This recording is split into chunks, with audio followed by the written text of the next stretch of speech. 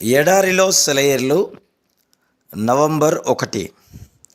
ఆ మేఘము నిలిచిన ఎడల ఇశ్రాయేలీలు ప్రయాణము చేయకుండిరి.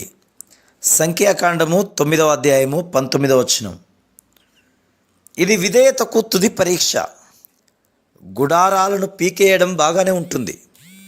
సిల్కు పొరల వంటి మేఘం సన్నిధి గుడారం పైనుండి అలవోకగా టీవీగా తేలిపోతూ ముందుకు సాగితే దాని వెంబడి నడిచిపోవడం చాలా హుషారుగా ఉంటుంది.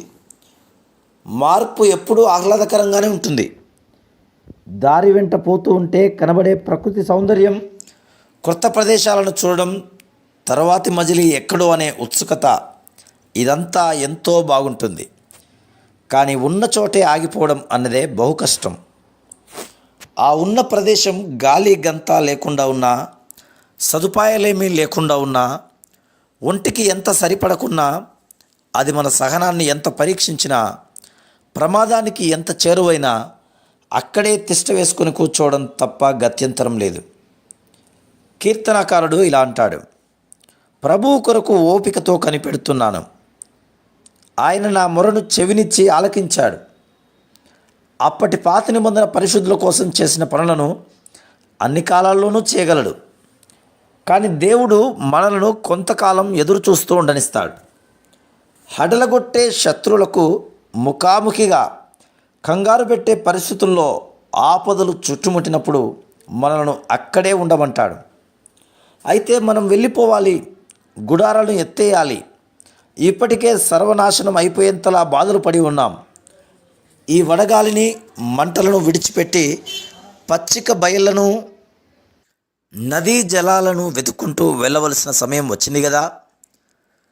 దేవుని దగ్గర నుంచి ఏ ఉలుకు పలుకు లేదు. మేఘం కదలడం లేదు.